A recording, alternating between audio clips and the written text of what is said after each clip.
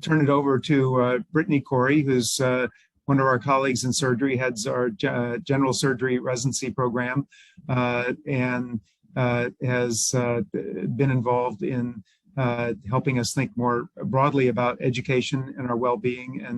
And delighted, Brittany, that you've invited Will Bynum to join us, and thank you for introducing him. Sure. Thank you all for hosting our ENRICH keynote speaker. We really appreciate it. Dr. Bynum is joining us today from Duke. He's the Associate Professor of Family Medicine and the Residency Program Director there. In the past, he served in the Air Force, and that included a deployment to East Africa, as well as multiple other deployments. And he is studying the role of self-conscious emotions like shame, guilt, and pride in the medical learning experience through his PhD that he's obtaining from Maastricht University in the Netherlands. And we're absolutely thrilled that he's here today to talk to us about shame and healthcare.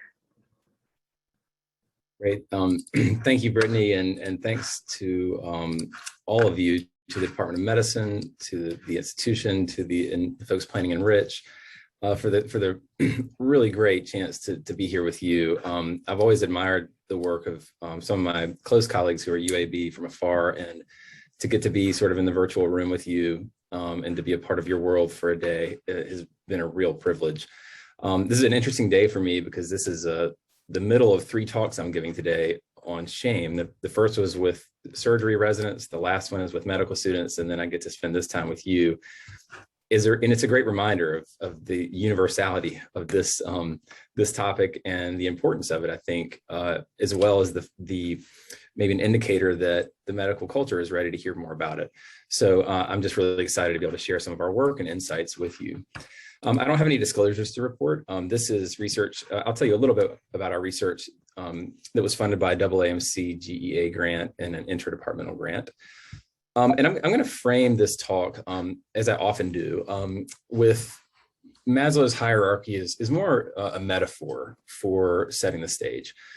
And I think many, if not all of you, are familiar with Maslow's hierarchy, which was essentially a theory that purported that humans have hierarchically superior needs, and that at the top of this pyramid, our greatest need is to self-actualize. And self-actualization takes into effect our ability, or takes into consideration our ability to achieve our highest potential, to maximize what we're capable of, and to operate on that level in our day-to-day lives. And what Maslow theorized is that in order to achieve that level of accomplishment and self-actualization, our more basic needs need to be met. And I think there's a lot of just face validity to this as people going through the world. Although the science, the hard science supporting it has been a little bit challenged over the years. When I've thought about medicine, and I'm a family medicine physician, I've been a resident, a student, an educator, a clinician, and now a researcher, I've thought a lot about the hierarchy of needs that we espouse and support in medicine. And it looks a little bit different. I think we're in the business of self-actualization, especially in medical education. If you think about the ways in which our systems are designed and what they produce, we help people self-actualize at remarkably high levels. Your good news today is a good example of high degrees of self-actualization that were ultimately products of an educational system. Challengingly, maybe problematically at times, we emphasize self-actualization on a much wobblier or a narrower foundation of our more basic needs, either the degree to which they're met at any given time, or the importance or emphasis, awareness that we place on whether or not these needs are met. And you know, as this kind of rudimentary drawing shows, it can create a bit of a untenable or unstable situation at the level of the whole person. I found this picture a long time ago on Google Images. It's admittedly dramatic, I will say. I've kept it because I love it so much, but I'm going to just preface it by saying it's a little dramatic. But I think it makes the point that I want to make, which is that this is what we often see in our trainees and in our each other, and ideally in ourselves. This kind of beacon of competence and healing and potential and expertise. And we often fail to recognize that at times the environment around us, or what is going on outside of that level of expertise and what we bring to the profession, can look a lot different, and it can frankly be on fire.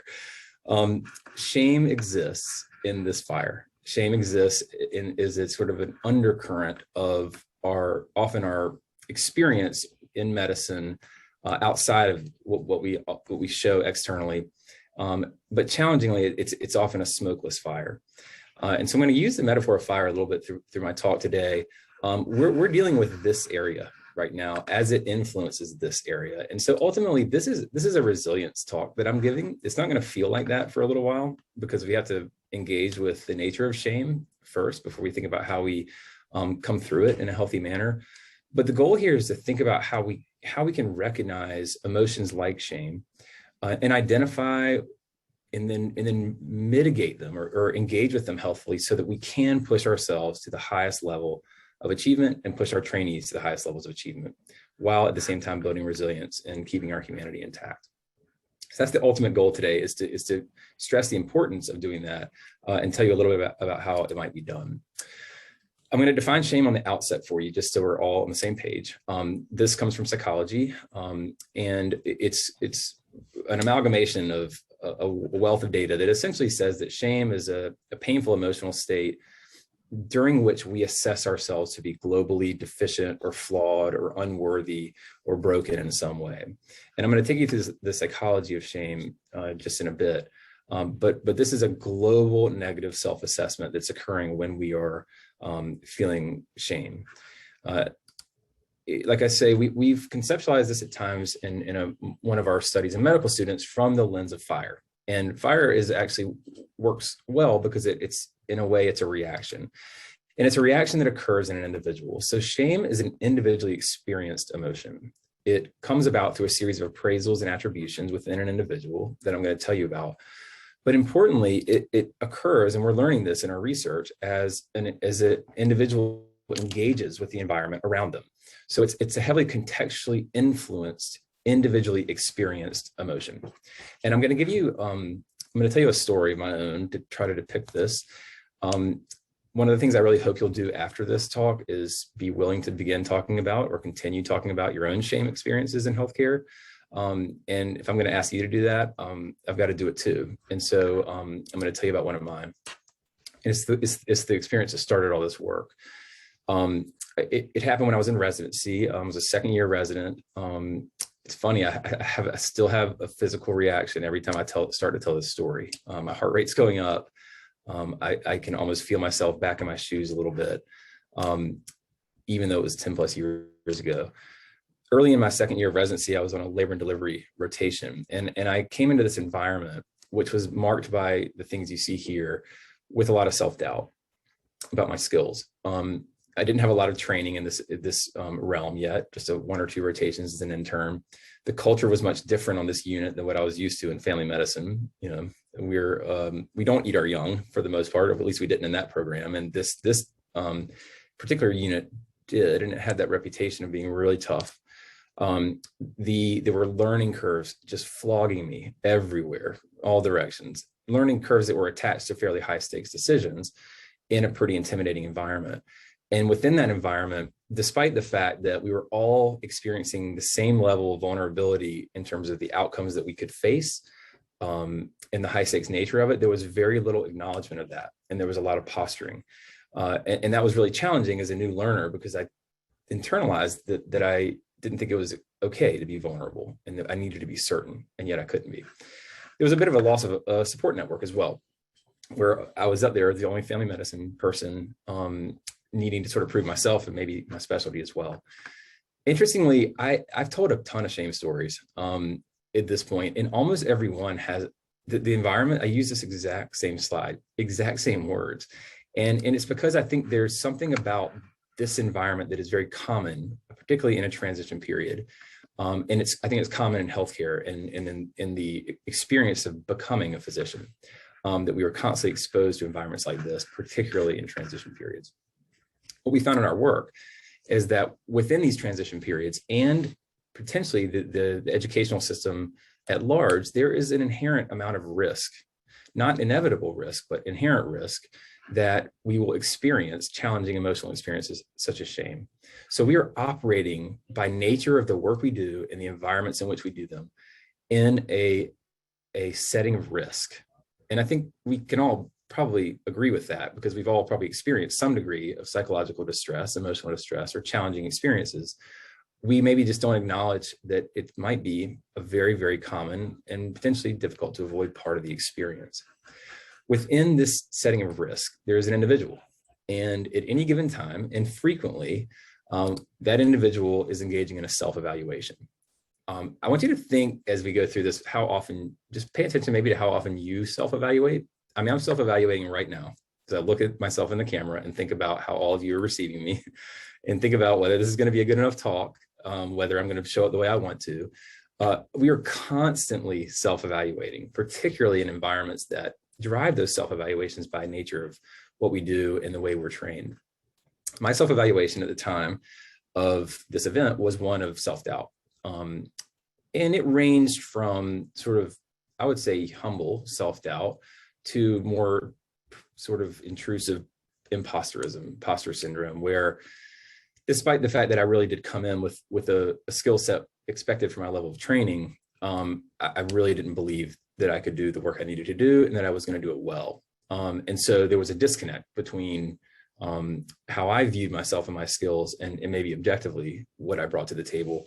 And that manifested for me as an imposter. Like a matter of time before someone found me out that I wasn't as good and that I didn't really belong to be there or be given the responsibility that I was given. In this setting, there was a trigger, and we've identified shame triggers I'm going to tell you about in medical learners in a few minutes. And my trigger was pretty significant. The backdrop, though, is really important on which it occurred.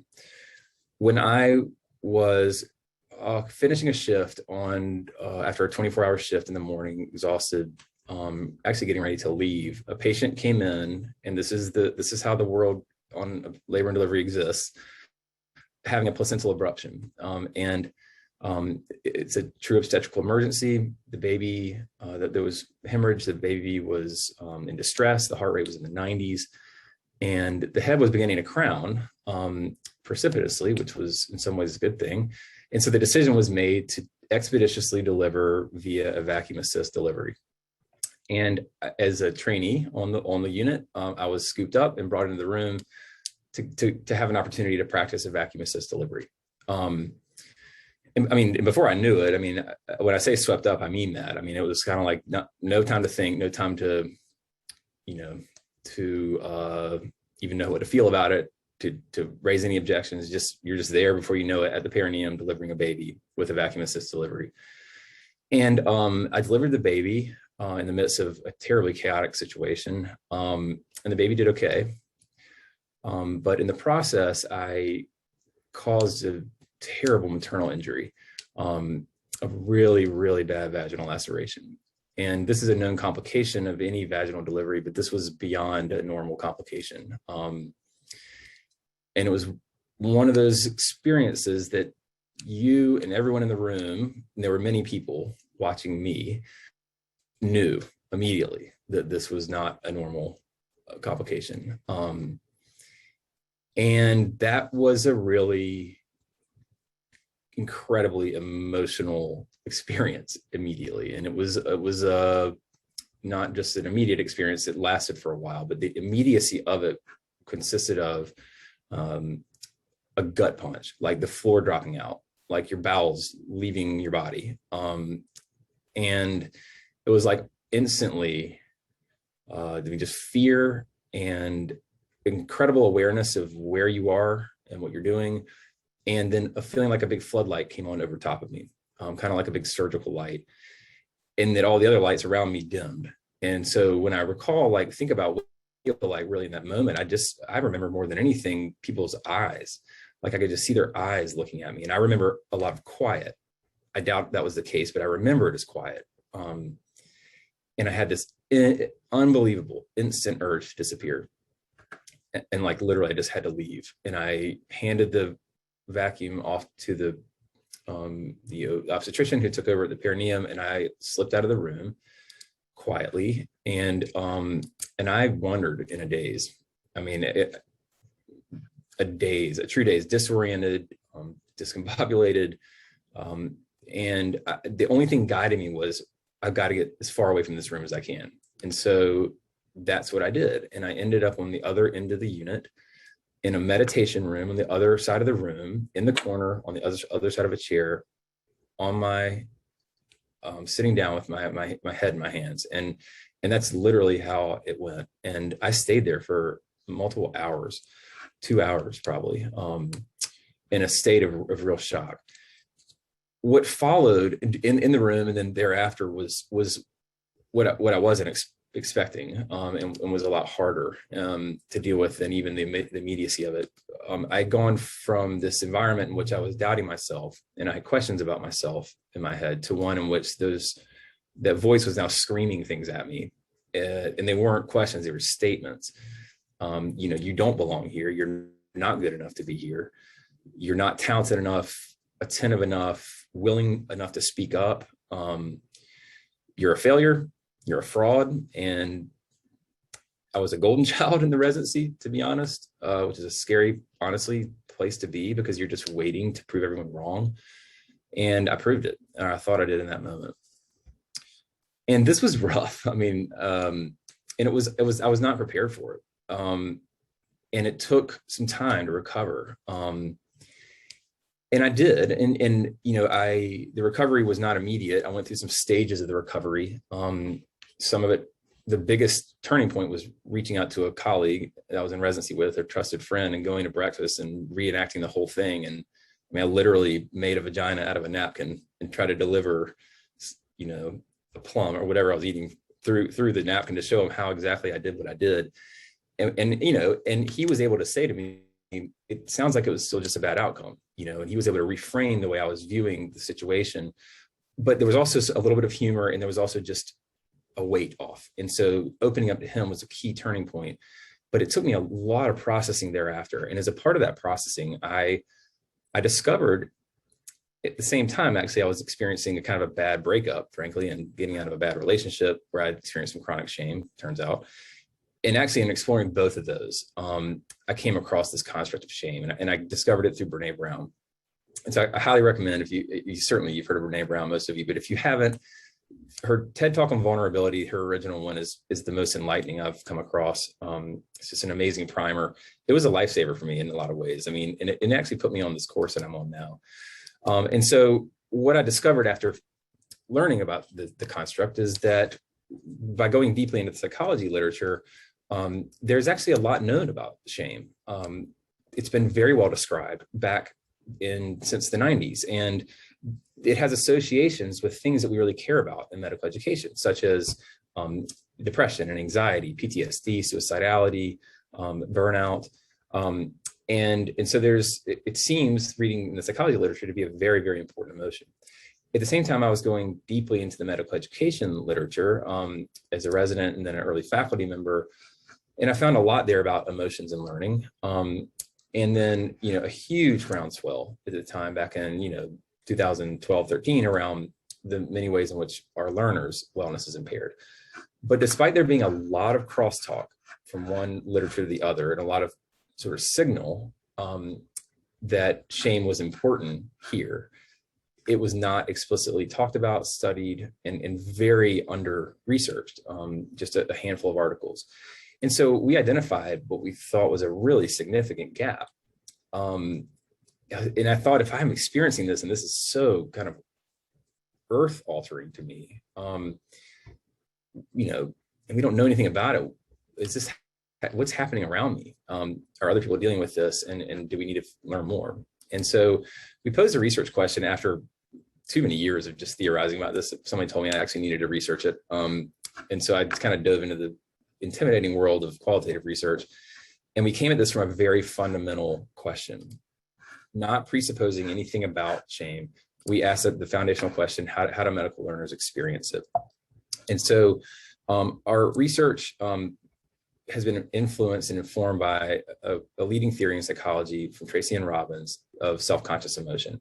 And I'm going to take you through this theory as it really isn't more as an educational exercise, because I think understanding these emotions and differentiating them from one another has immense power when it comes to supporting the education and well-being of our trainees and of ourselves. So this theory is from cognitive psychology. So it really focuses in on what's going on at a cognitive level when these emotions are experienced. And they lay out 3 different kind of phases of this of this process. Their theory says that something happens and there's an event or an occurrence, such as making an error. And as a result of that, we focus our attention on our inner self. So we begin to reflect inwards. And that differentiates self-conscious emotions from basic emotions like shame, fear and happiness and anxiety. They don't require a self-evaluation, whereas shame and guilt and pride, embarrassment do. So we are triggered to begin internally reflecting. And that's really important to know about these emotions. As a part of this inward reflection or evaluation, they propose that we activate self-representations. And so they propose 2 different sets. The first set is my current self-representation. So how do I view myself in light of the event or circumstance that triggered the self-evaluation? So I was viewing myself in a globally very negative light for some time after, and that really marked the nature of that self-representation. The second set are those that they term are long-term or stable self-representations. How would my ideal self have behaved in this situation? What would that person have done? Who am I striving to become? And what does that person look like, especially as applied to the scenario that triggered this? So my ideal self would have gone in there, delivered the baby, handed it off, pulled the vacuum off, done a 360, saluted everybody and walked out. And I was in the military at the time. And of course we want to go in and just do a great job, especially as a trainee who's wanting to prove himself. That was what my ideal self would have done. Their theory then it proposes that we make a determination about whether or not these sets of self-representations are congruent with one another. If we've done something like deliver the baby successfully, then we view ourselves as closer to who it is we're trying to become. So I would have seen myself as someone taking steps towards the person I want to be as a physician, as a person. And that is the emotion of pride. So pride comes from identifying ourselves as getting closer to who we're trying to become. And we can all probably relate to that feeling. If we have done something that takes us further away from who we're trying to become, and we recognize ourselves in that way, we feel either shame or guilt. This is one of the most important things I'm going to tell you, I think, today. I find a ton of power in this. This distance between how I feel now about myself and who I'm trying to become does not feel good, especially recognizing that distance. It is not a positive experience. So these are both negatively valenced emotions, and they act upon us in ways that get to our innate tendency as people to try and get closer to who we're trying to become. And so that tension impacts us deeply of recognizing that we're not closer to who we want to be. But there's a final attribution that distinguishes the 2 emotions from one another. And this is that the individual makes a determination on what do I place the blame for the occurrence of this event? To what do I attribute it? Is it something about me, the whole person, something global, something stable, meaning hard to change, difficult to change in a moment, about my whole being? Or is it about something specific and unstable that I can modify or change, or that's outside of me, like a circumstance? The fact that I had never delivered, I'd done 1 vacuum delivery before. I'd never been in an emergency like that. I had not slept the night before, and it was an emergency in and of itself. All those things had nothing to do with me, the person, and were very worthy of the attribution to the event that caused my self-evaluation. But I didn't go that route. I felt more global, stable attribution, and I felt shame. So shame predominates when we blame a globally flawed self, and guilt occurs when we blame something more specific, behavioral, action-based, and modifiable. The self-talk of this kind of highlights the difference between the 2. You can just read it here. The thing that matters to me the most here are the therefore statements. So I am bad, I am broken, therefore I need to fix myself, my broken self, which, if anyone's ever been in a bad shame reaction, is really hard to figure out in a moment. How do you fix a broken self? It's often not even possible in a moment, if you even are broken. Whereas this thing I did is bad. I recognize that. Therefore, I need to improve at that thing. I need to mitigate that tension, to minimize that tension by engaging with the thing that I did that was bad. And so what we found, and what psychology shows clearly across the board, is that when guilt is the predominating emotion, it stimulates action tendencies that tend to lead to reparation, to healing, to repairing what it is that was broken, by focusing on specific actions that can be solved. And in doing so, by engaging with those, we actually can take steps closer to who it is we're trying to become. So guilt has a function and a possibility of being a pro-learning, pro-engagement emotion that helps us self-actualize in a growth-oriented way. Shame has the opposite effect, and this is from psychology, that the action tendencies that follow are self-protective. They are meant to protect us in a moment of recognizing ourselves as having broken norms, as having erred. We want to avoid seeing ourselves through others' eyes the way we're currently seeing ourselves. We want to avoid reinforcing those feelings of shame by further erring or further mistakes. And it is an emotion that, especially when pathological, chronic, or overly intense, drives disengagement, and it drives efforts to hide, withdraw, and ultimately can lead to a lot of distress and theoretically impair learning and growth. And in doing so, in finding yourself in a shame state, withdrawing further and further, you actually can find yourself getting farther and farther from who you're trying to become. And we've identified that as something we call sort of secondary shame, which is shame because I'm feeling shame. Okay, 2 quick caveats here. This is super important. This is a theory, and it simplifies these complex emotional constructs to drive understanding and further questioning. In reality, we can all probably attest to this, any given emotional reaction is very, very complex. And there's likely a complex interplay between shame and guilt and other things. However, the degree to which one of these predominates over the other, based on these attributions that we make, there is a significant potential to affect what comes next and the outcomes of that emotional experience. The second caveat is that I am definitely not here to say we should not experience shame. That would make us maybe psychopaths, right? We need to experience shame. It is really important to have shame in society. It's important to be able to experience it and to be prone to it when appropriate. It moderates our social behaviors in many ways, and it's psychologists have said one of the most powerful, if not the most powerful, moderator of our social behaviors. So we need to feel shame. It's the shame that is misplaced, that is chronic, that is inappropriate, that can become very, very pathological, particularly in the face of learning. Same with guilt. We don't necessarily want to walk around all day racked with guilt, but the extent to which we can leverage guilt and mitigate shame, there may be real power in moving forward in a constructive way. So I'm going to tell you briefly a little bit about what we're learning about shame and medical education to drive some of this home, and then focus at the end on what we can begin doing about it. We've done work. 2 of our studies in residents and medical students has been done using hermeneutic phenomenology. And I'm not going to go through our methodologies just for sake of time, but it's a very powerful qualitative method that is interpretivist and constructivist in nature, where we try to convey the structures and the meanings of a phenomenon as experienced within a context.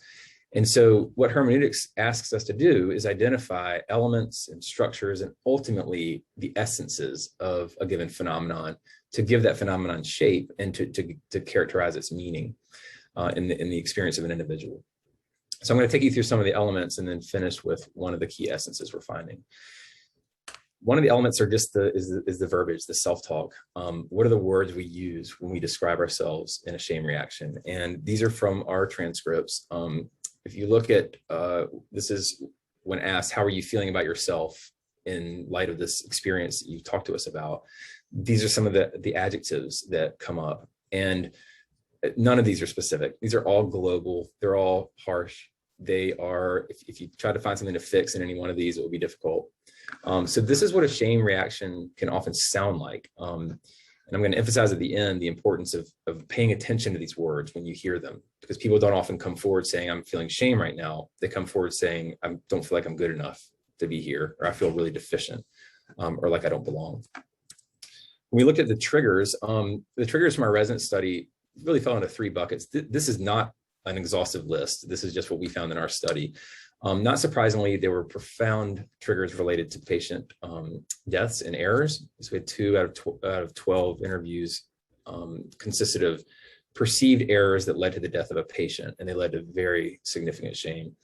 But there were other patient interactions, such as showing emotion to a patient, recognizing impaired empathy, ruminating on the possibility that I might have hurt a patient, and feeling sort of projected shame from that. We also found, somewhat surprisingly at the time, honestly, the degree to which we found this shame related to learning, irrespective or outside of patients. And there was a lot of shame related to learning. And we kind of saw a little bit of a pattern here. Those here in blue are learning events we would consider to be normal and inevitable and expected when learning really anything new, but certainly medicine. You're going to have knowledge deficits arise and pointed out to you. You're going to get challenging and constructive feedback. You're going to have to ask for help. You're going to have low test scores at times, or low levels of performance. And yet these were causing significant shame. They're inevitable experiences causing significant shame. We also found those in red that we would consider to be not normal, not inevitable, and inappropriate events to be occurring during a course of learning. And we have many more of these from our medical student study that amounted in many ways to mistreatment, just different forms of mistreatment or uncivil learning environments that, not surprisingly, led to shame, but were occurring during a learning process.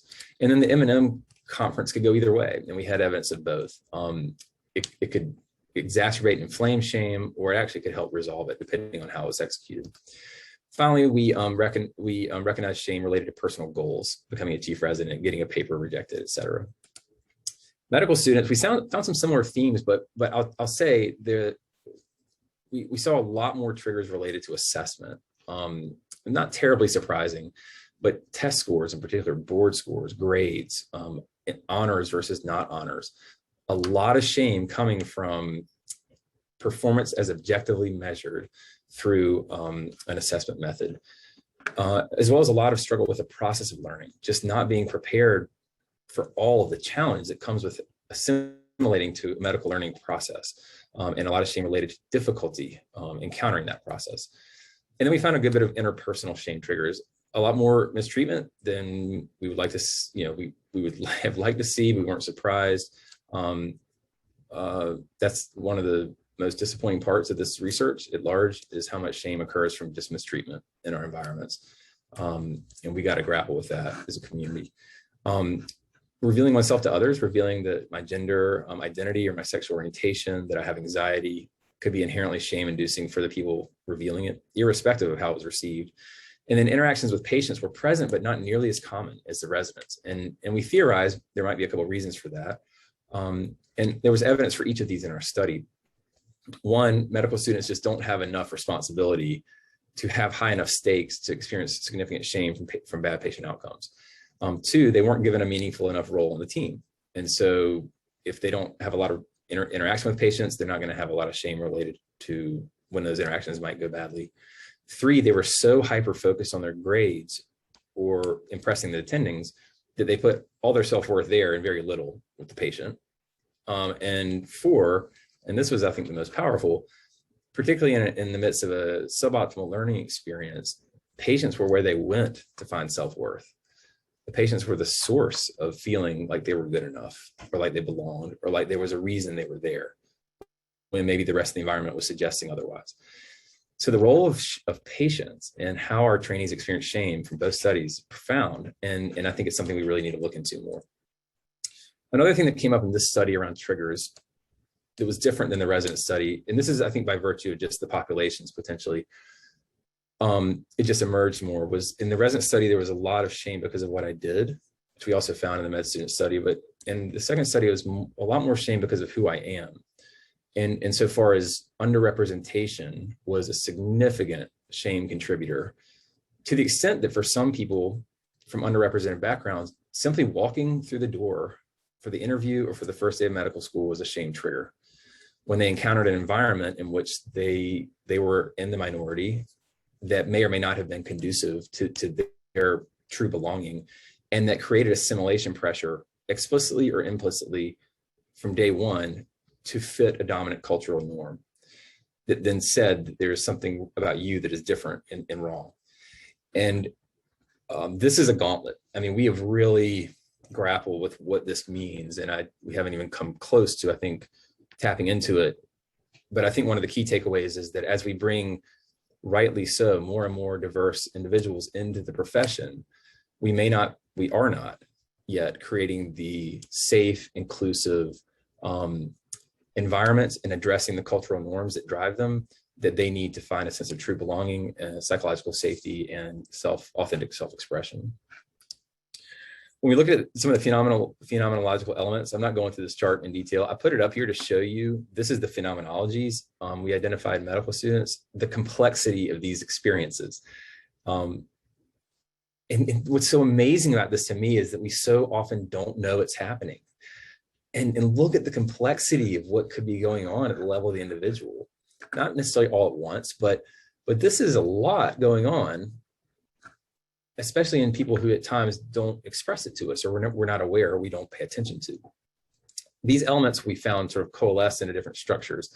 I'm gonna exemplify these in a minute with an example, but we found different patterns of shame, intense emotional upswells followed by ruminations, leading to flashbacks, cognitive processes, like battling voices, one voice saying you're good enough, one voice saying you're not, spiraling shame, or having a skewed frame of reference where you see yourself in such a harsher light than the objective reality would dictate. And then we found destabilizing effects such as intensively overworking oneself, or feeling burned out or anxious or depressed, losing social connection, etc. And this led us in this paper to one of the key essences of shame that really emerged from a phenomenological perspective, which is that shame appears to be, or can be, at a micro level or potentially a macro level, a very destabilizing emotional state. And that destabilization is not inherently bad. In fact, I would actually guess, in looking at psychology, that destabilization is one of the things that regulates the behaviors that follow, because we want to restabilize, particularly with group belonging. But we found significant destabilization, particularly in intense shame or prolonged shame, that could really throw a person off their axis. And this is exactly what I experienced with my error, and I've experienced in other shame experiences. Just a couple of quotes here to kind of give a sense of what this might feel like. Just instability and difficulty finding grounding. I really love this one. It's a student who described shame kind of chronically at the beginning of second year, which is the clinical year, being in a weird sub-tier. It's like there's these intermittent drafts from the momentum of my performance first year where I was doing okay that are holding me up. So I'm not falling, but I do not feel secure. And just take a second and think about what the effects of that cognitively and emotionally might be day to day when engaging with a learning experience. It takes a lot to manage that instability, particularly when the environment around you might be contributing to it. This is really quick. This goes back to our first paper. I only show this because I think this gives the topic a little bit more weight, why we need to be paying attention to this, the impacts and effects it can cause. These are from residents. We also found a lot of unprofessional behavior following from shame. And then we found various contributors that contributed to the shame experience. I interestingly don't talk about these very much in this talk. I could give a whole series of workshops on each one of these and how we're understanding their role in the medical learning process and the experience of shame and guilt. What I'll say right now is that there are factors and forces at play inside of us and from within the environment, in the ideology and culture of medicine, that predispose shame in certain situations and that amplify it when it occurs in other situations. And a couple of the keys here are what we have identified from psychology as performance-based self-esteem. So the degree to which we attach our self-worth to our performance early in our lives so that high degrees of performance drive high degrees of self-worth and belonging, and the maintenance of which becomes dependent on high levels of performance.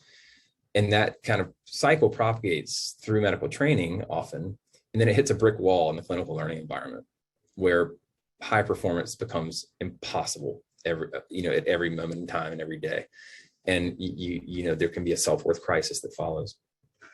So this transition from objective to subjective, from the kind of insane value we place on performance, the comparisons to others it drives, and then our own perfectionism, among many other factors, seem to be very important in these shame reactions.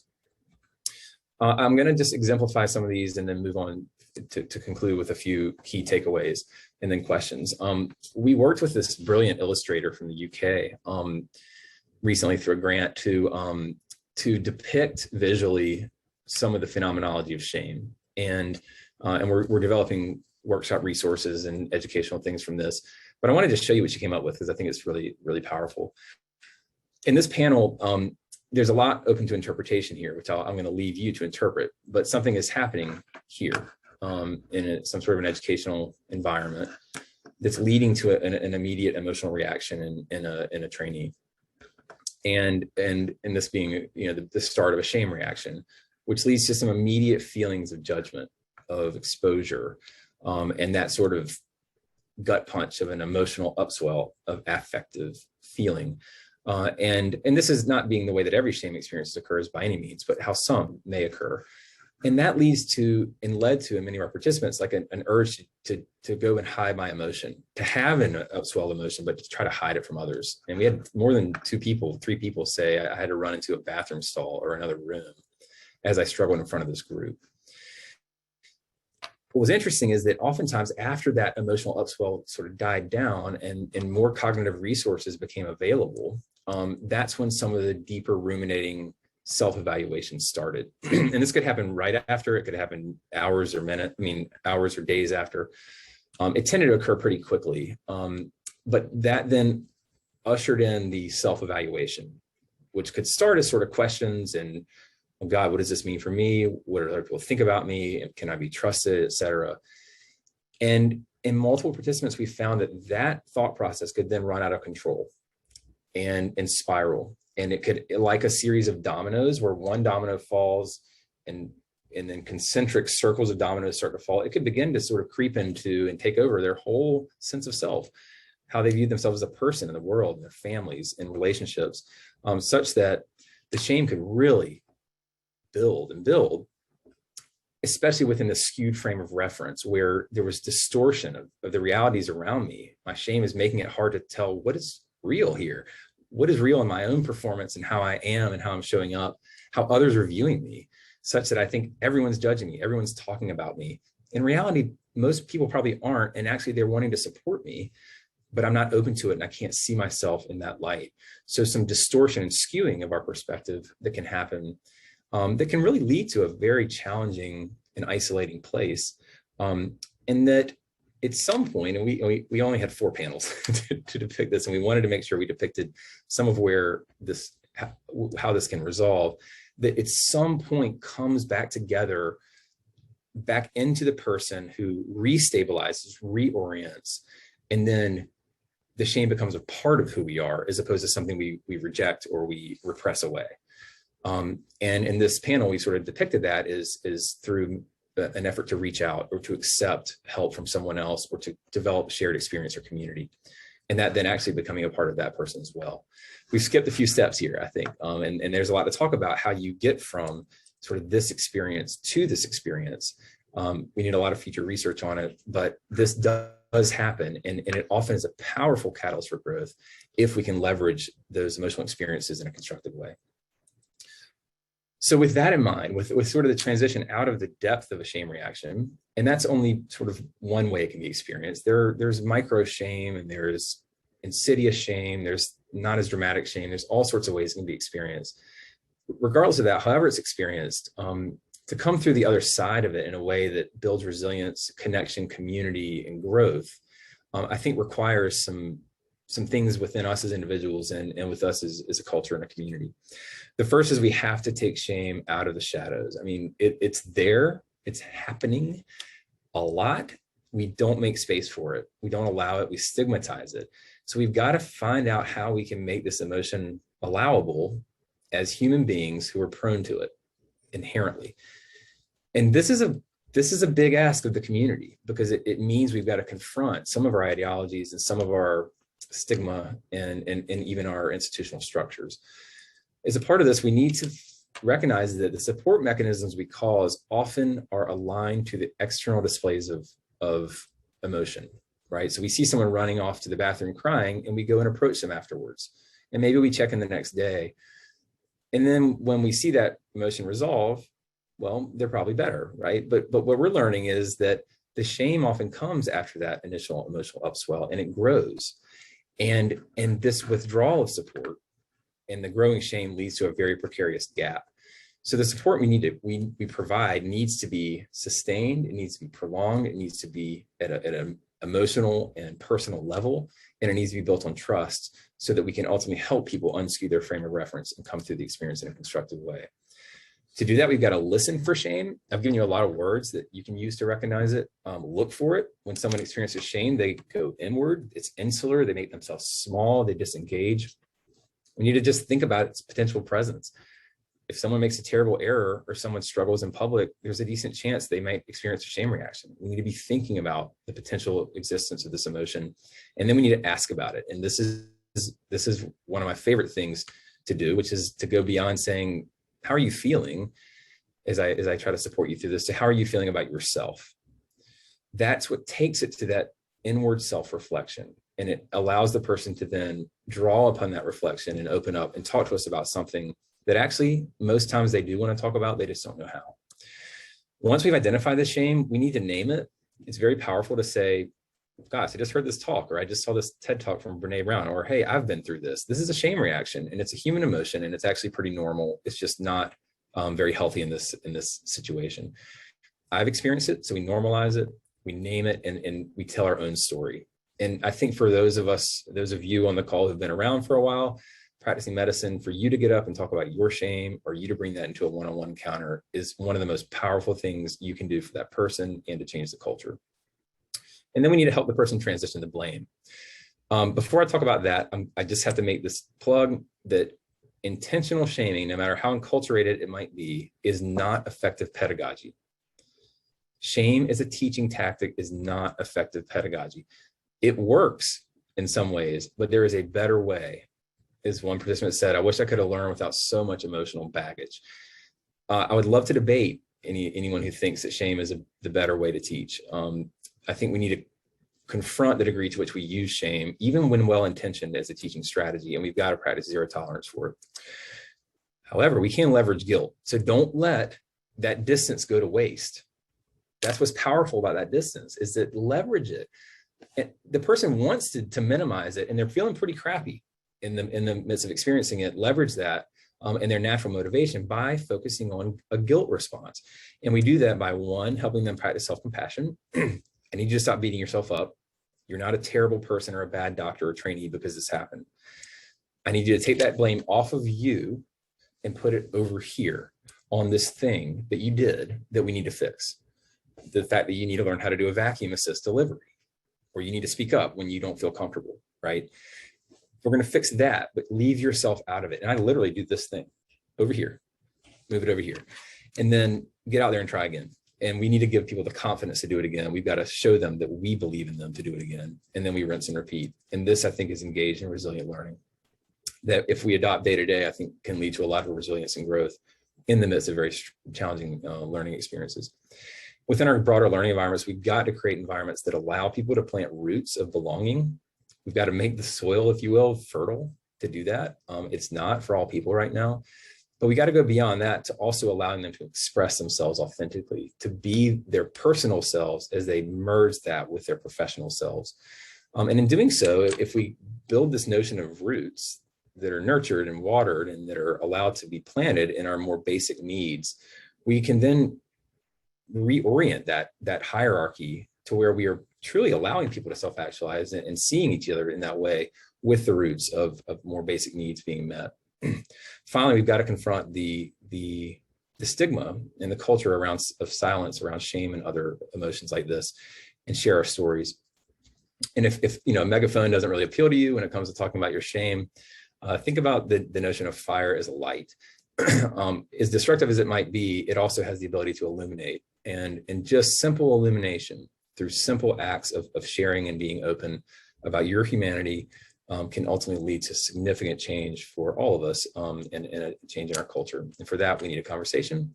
And we have a website, and it's actually currently being modified. So you can still visit it and view our film, but we're accruing resources to help guide those conversations moving forward.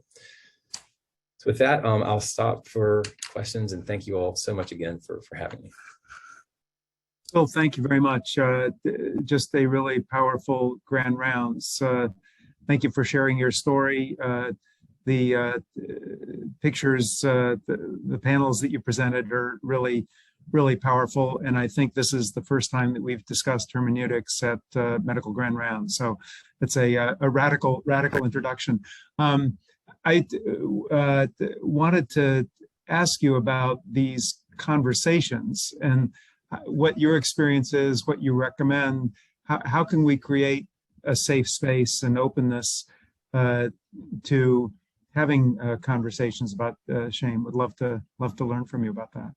Yeah, I mean, it's a really good question, and I think you actually hit the nail on the head. Is that before or alongside the conversation needs to be the culture and the environment in which it occurs, and there has to be a kind of a top-down, bottom-up commitment to one another as individuals, and an acknowledgement of our shared humanity, no matter where we are in the process. We are all susceptible to the same set of human emotions. We may have different ways of processing them from one another, but we're all susceptible, and that bonds us. Whether you're a medical student on a rotation or the senior attending or the program administrator, we all have that in common. And so we have to, and I don't know if it comes from the leadership or a groundswell from the trainees, but we've got to explicitly acknowledge that humanity. And within doing that, we then create the space to talk about things like shame or depression or struggle. Right now, we are not allowing that potential space to occur because we're sort of adopting at times, if not pervasively, an archetype that says that physicians are supposed to be stoic, are supposed to experience emotion in private, and are not supposed to bring that into the profession. Now, that's an archetype I think that is getting quickly broken down, but I think it does still exist in some ways. So I would, addressing the stigma, figuring out if there are practices within the department or the institution that are making it hard for people to speak up. I think microaggressions, racism, is an overt example. If you're in a racist environment, how could someone ever feel comfortable enough opening up about their struggle? And so there's examining it in multiple levels, and then, but alongside that only paves the way or sets the tone. People just got to start talking. When you see an opportunity to share a time when you struggled or you felt shame, talk about it, take it. It doesn't make you weak. It actually makes you, I think, powerful. Thank you. I wanted to thank Brittany again for inviting Will, and ask Brittany, do you have any comments or questions for Will? And also wanted to ask you just to say a word about ENRICH and the poster session coming up. Definitely. Well, thank you so much for your comments. I had a strong emotional reaction to your talk too. It's just really moving. I'm curious, when you see an opportunity, will you just help us and share a few recent opportunities maybe that you saw? Where do we need to look for these opportunities at? Is it when somebody shakes their head or apologizes for something that they did, or Yeah, one place to start is your own empathy. So I've recently had to have a resident go through a performance improvement process, and we had to shift the learning procedures, and we had to do a lot of things that I knew had the potential to make this person feel down on themselves. Imagine if you were being told you've got to come off of a rotation so that we can get you trained to a level, a standard where it's safe for patients. That's the message that needs to be delivered. Imagine if someone said that to you, how you might feel about yourself. And even if you feel okay about yourself, if you're very resilient, most people are going to have at least some degree of negative self-evaluation as a part of that. So getting out ahead of it and saying, before I tell you this, or as I tell you this, I really want you to try to receive this in a way that is growth oriented. I don't think you're a bad resident. I think you're great. I think all these things, but there are things we need to work on. And then you tell them and you talk through those, and you're an ally and a partner. And I tell people all the time, if you're not willing to be an ally to learners, if you're not willing to help them grow and improve, you shouldn't be in teaching, period. You should go work somewhere else where you're not teaching people, because that's a commitment we make when we choose to serve as educators. And then at the end of sort of going through that process where you're really focusing on action and trying to keep the focus off of them as people, you say, hey, what have you heard me say? And how are you feeling about yourself? As I've told you, what I know is really hard feedback to hear and a hard process to go through. And then that's when you open the door for them to say, I just don't feel like I'm good enough to be here. And they'll say that, something like that, not infrequently. And that's when you can say, hey, I get it. That's a shame reaction. And I don't want you to feel that. I've felt it before, so on and so forth. Psychological counseling can really help. You don't have to be their therapist. If you see someone that's really struggling, though, get in touch with the director, get in touch with their leader and say, hey, this person may need some support, and we need to get them, professional support. That's also a really important part of this. Awesome.